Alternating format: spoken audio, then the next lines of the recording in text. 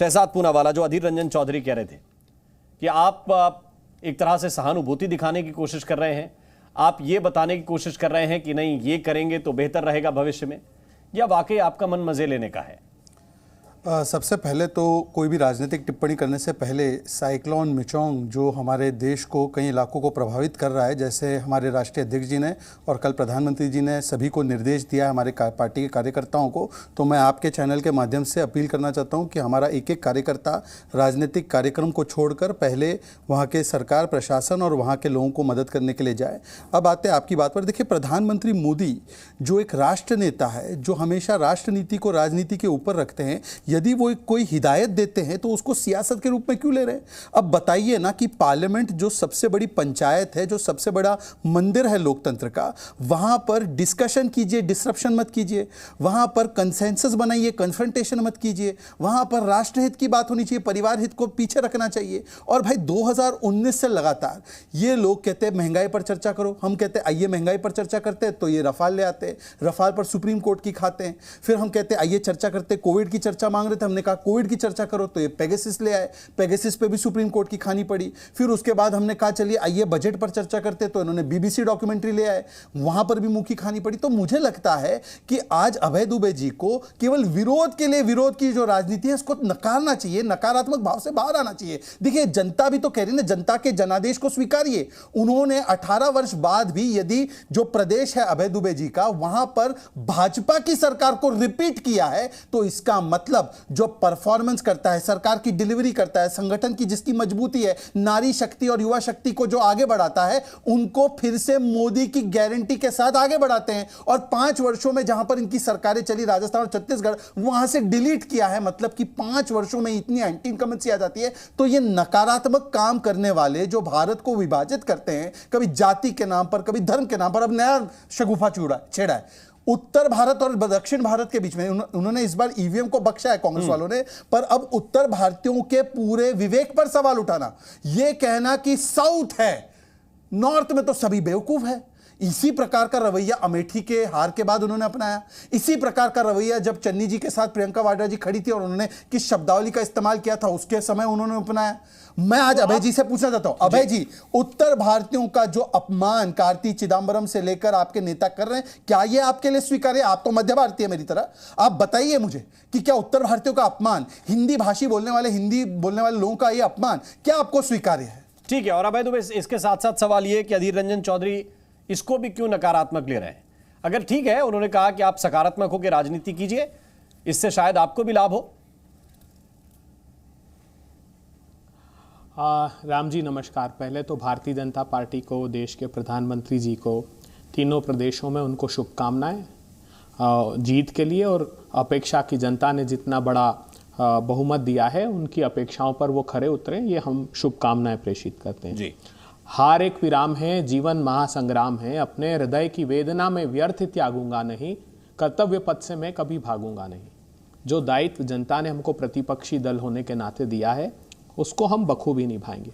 आज मुझे अपेक्षा थी कि हमारे देश के प्रधानमंत्री जी जीत के अहंकार की अपेक्षा, जैसे फलदार वृक्ष नमा हुआ होता है वैसे वो अपना व्यवहार करते, मगर वो न उन्होंने किया, न मेरे अनुज भारतीय जनता पार्टी के विद्वान प्रवक्ता ने दर्शाया। जीत का अहंकार देखिए ना, कितनी नकारात्मक बातें की है। मैं देश के प्रधानमंत्री जी से पूछना चाहता हूं, पहली बात, आपने कहा कि सदन को चलने दीजिएगा। प्रधानमंत्री जी बताइए ना, आप आकर किसानों के खिलाफ जमीन हड़पने के एक के बाद एक अध्यादेश लेकर आए। हम चाहते थे, आपने चर्चा नहीं होने दी, हमने सड़क पर जाकर उसका आंदोलन किया।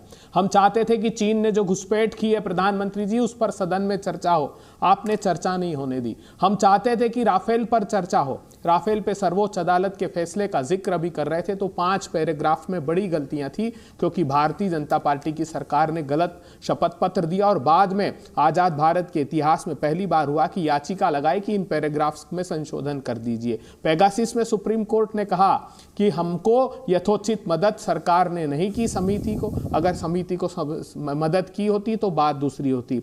इन्होंने किसी विषय पर चर्चा नहीं करने दी। कृषि के क्रूर काले कानूनों में तो वोट डिवीजन मांगने के बावजूद सदन के बाहर सांसदों को उठाकर फेंक दिया।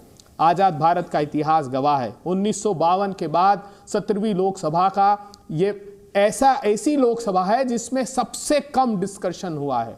आजाद भारत के इतिहास में पहली बार ऐसा हुआ कि एवरेज अभी तक 210 दिनों की चर्चा हुई है। इसके पहले 16वीं लोकसभा थी, उसमें 331 दिनों की चर्चा थी। यह पहली बार हुआ कि पार्लियामेंट्री स्क्रूटनी का सिस्टम कोलैप्स कर दिया। सुप्रीम कोर्ट तक ने इस पर बात की कि स्टैंडिंग कमेटी को, पार्लियामेंट्री कमेटियों को बिल भेजना शुरू होता है। मैं आपके पास वापस इस सवाल को लेकर आऊंगा कि ये सबसे अच्छी चर्चा और सबसे व्यापक चर्चा हिंदी भाषा में ही सदन के अंदर होती है, और अगर हंगामे की तस्वीरें आए, लोग वो न सुन पाए, तो फिर उनके मन में ये चेतना जगनी चाहिए कि ये सरकार ठीक नहीं है, ब्रांड मोदी ठीक नहीं है, मोदी के नाम पे वोट नहीं करना चाहिए। क्या पॉजिटिवली कांग्रेस को देखना चाहिए जो प्रधानमंत्री आज कह रहे हैं? देखिए, प्रधानमंत्री जी जो कह रहे हैं वो बात कर रहे हैं नकारात्मक राजनीति की। देश के अंदर सिर्फ नकारात्मक राजनीति भारतीय जनता पार्टी करती है और कोई पार्टी इसमें शामिल नहीं है। वो हमेशा गला काटने से लेके लिंचिंग से लेके और पता नहीं तरह तरह के मुद्दे लेके आ जाते हैं।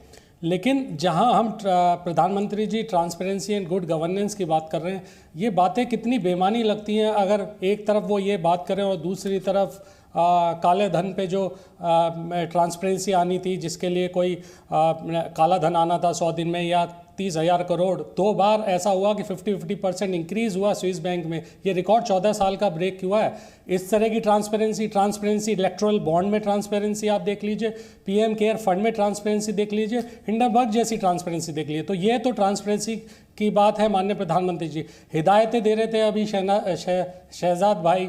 हिदायतें सबसे पहले तो भारतीय जनता पार्टी को मिलनी चाहिए। भारतीय जनता पार्टी ने जिस तरह का माहौल देश के अंदर कर रखा है, वो जरूर चुनाव जीतना एक अलग बात है, लेकिन चुनाव के साथ साथ अगर आप देश में राजनीति इस तरह की लेके चलेंगे जिससे देश बटेगा। अभी शहजाद जी बात कर रहे थे, जानबूझ के उस बात को उत्तर और दक्षिण में एक भेदभाव पैदा करने की कोशिश कर रही है। बयान जिसके संदर्भ में ये क्या आपकी, देखिए अभी इंडिया गठबंधन कितना मजबूत होगा ये बात अलग है, लेकिन प्रदीप भाटी जो बात दक्षिण और उत्तर की निकल के आई, वो क्या शहजाद पूनावाला की तरफ से निकल के आई, या फिर आप जानबूझकर ये कहने की कोशिश कर रहे हैं कि नहीं ये तो शहजाद का बयान है उत्तर दक्षिण? इतने सारे या फिर सारे नेता देश जो नेता कांग्रेस के हैं उनको आप जानबूझ के छोड़ना चाहते हैं? कोई एक बात कहता है और उस बात को लेके अगर आप ये समझ लें कि पूरे देश की सारी विपक्षी दल का यही कहना होगा या यही उनका भाव होगा, तो बहुत ही गलत होगा और विपक्ष पे ये एक तरह से अगर आपको वो बात शहजाद पूनावाला के मुंह से पसंद नहीं आई, लेकिन तो इसका मतलब मैं ये समझूं कि आपको वो बात ही पसंद नहीं आई। जी न्यूज़।